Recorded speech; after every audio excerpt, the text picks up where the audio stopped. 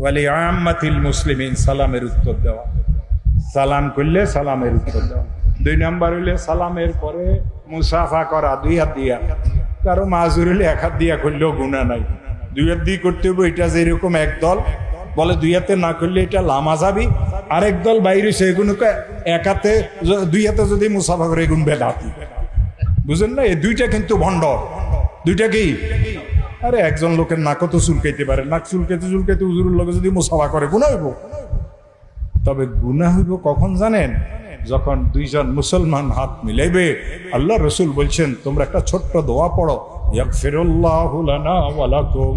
মাসনাদে আহমদে হাদিস আছে, হযরত মাওলানা সাঈদ আহমদ পালানপুরি হাদিস আমাদেরকে শিখাইছেন, শুনাইছেন। হযরত বলেন যখন 2 মুসলমান এইভাবে হাত ধরে আর বলে ইয়াগফিরুল্লাহু লানা ওয়া লাকুম, আল্লাহর হুকুমে আসমান থেকে একজন ফেরেশতা নাজিল হন, আর ওই ফেরেশতা বলে আল্লাহ এই 2 ভাইকে তুমি মাফ করে দাও।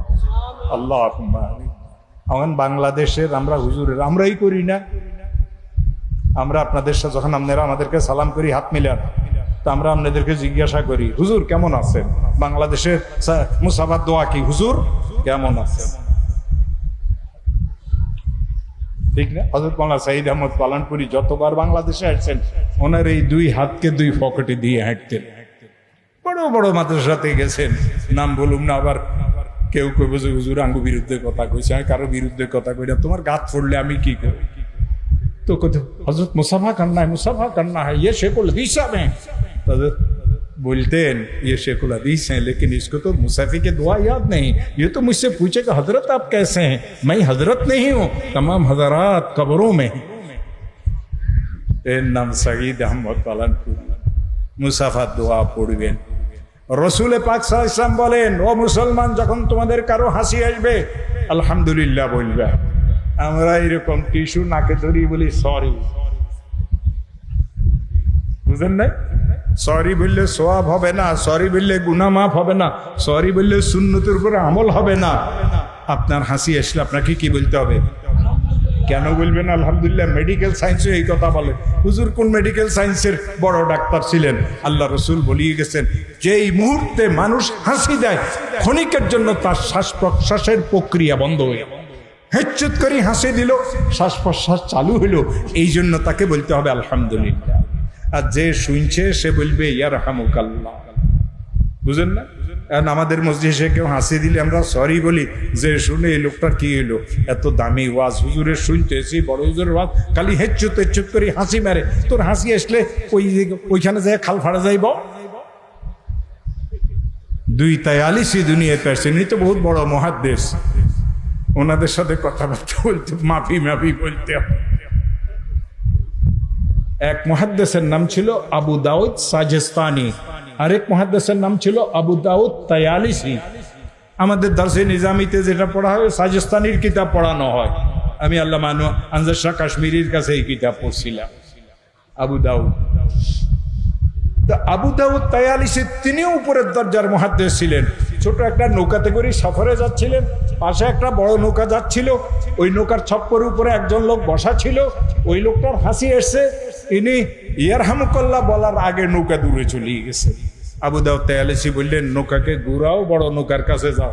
লোকেরা বলে হুজুরের কি হয়ে গেল, নৌকাতে কি আছে, আমরা যাবো তো এইদিকে। ঘুরাও। নৌকা ঘুরাইছে, বুজুর্গ মানুষ। ওই লোকটার চেহারা দেখিয়ে বলছে ইয়ারহামুকাল্লাহ।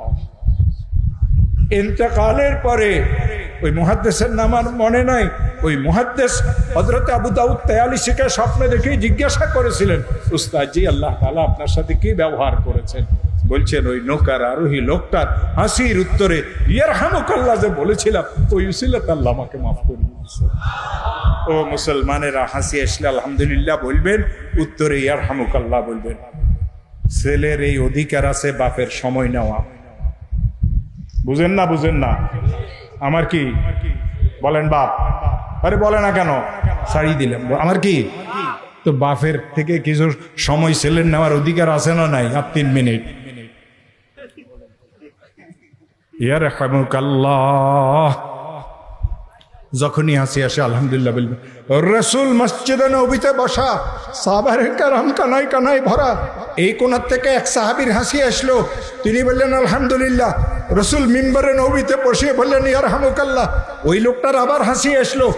ওই লোকটা বলল আলহামদুলিল্লাহ। রসুল বললেন ইয়ারহামুকাল্লাহ। ওই লোকটার আবার হাসি আসলো, তিনি বললেন আলহামদুলিল্লাহ। রসুল বললেন ইয়ারহামুকাল্লাহ। আমরা হইলে বিরক্ত হয়ে যেতাম, কিরে তোর তাড়াতাড়ি এত ঘন ঘন হাসি আসে কেন? ওই কোনার থেকে আরেকজনের হাসি আসছে, এ চুপ করে বসিয়ে রয়েছে দরবেশ মানুষ। রসুল কিছু বললেন না। কিছুক্ষণ ওই লোকটা দাঁড়াইছে, ইয়া রাসূলুল্লাহ, আমার ভাইয়ের হাসি আসছে, আপনি তো তার জন্য দোয়া করলেন। আমারও হাসি আসছে, আমার জন্য কেন দোয়া করলেন না? সাহাবা তো সাহাবা ছিলেন। আল্লাহ রসুল বললেন, তোর ভাই তো আলহামদুলিল্লাহ বলছে, এই জন্য আমি ইয়ারহামুকাল্লাহ বলছি। তুই আলহামদুলিল্লাহ বলস নাই, এই জন্য আমি ইয়ারহামুকাল্লাহ বলি নাই।